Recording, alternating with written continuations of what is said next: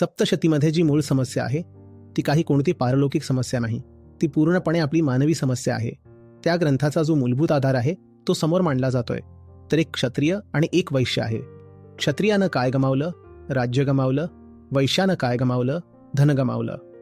आणि दोघेही काहीतरी गमावल्यामुळं खूप दुःखी मनानं मुनींसमोर येत आहेत आणि म्हणत आहेत की आम्ही खूप समजूतदार आहोत, आम्ही हे मिळवलं, ते केलं, असं तसं, आम्ही खूप विवेकी आहोत, पण तरीही जे गमावलं आहे त्याबद्दल खूप ममता आहे.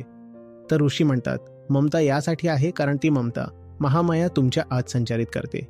त्या महामायासमोर तुमचा विवेक, विचार आणि बुद्धी काहीच नाही, ती पशूंसारखी आहे. जगाला मोहग्रस्त करून ठेवलंय त्यांनी.